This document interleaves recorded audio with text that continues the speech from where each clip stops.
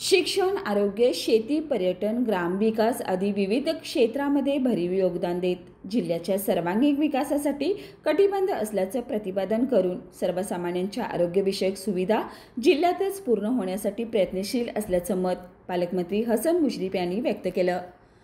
भारताच्या 78व्या स्वातंत्र्य दिनानिमित्त पालकमंत्री हसन मुश्रीफ यांच्या हस्ते कोल्हापूर जिल्हाधिकारी कार्यालयाच्या प्रांगणात मुख्य शासकीय ध्वजारोहण झाले।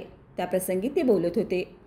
यावेळी खासदार शाहू महाराज छत्रपती, खासदार धनंजय महाडिक, जिल्हाधिकारी अमोल येडगे, राज्य लोकसेवा हक्क आयोगाचे पुणे विभागाचे आयुक्त दिलीप शिंदे, कोल्हापूर महानगरपालिका आयुक्त के मंजुलक्ष्मी, जिल्हा परिषदेचे मुख्य कार्यकारी अधिकारी एस कार्तिकेयन, पोलीस अधीक्षक महेंद्र पंडित, अपर जिल्हाधिकारी संजय शिंदे, अतिरिक्त पोलीस अधीक्षक जयश्री देसाई, निवासी उपजिल्हाधिकारी संजय तेली यांच्यासह स्वातंत्र्य सैनिक, माजी सैनिक व त्यांचे कुटुंबीय, ज्येष्ठ नागरिक, अधिकारी, कर्मचारी, विद्यार्थी, पालक, नागरिक मोठ्या संख्येने उपस्थित होते।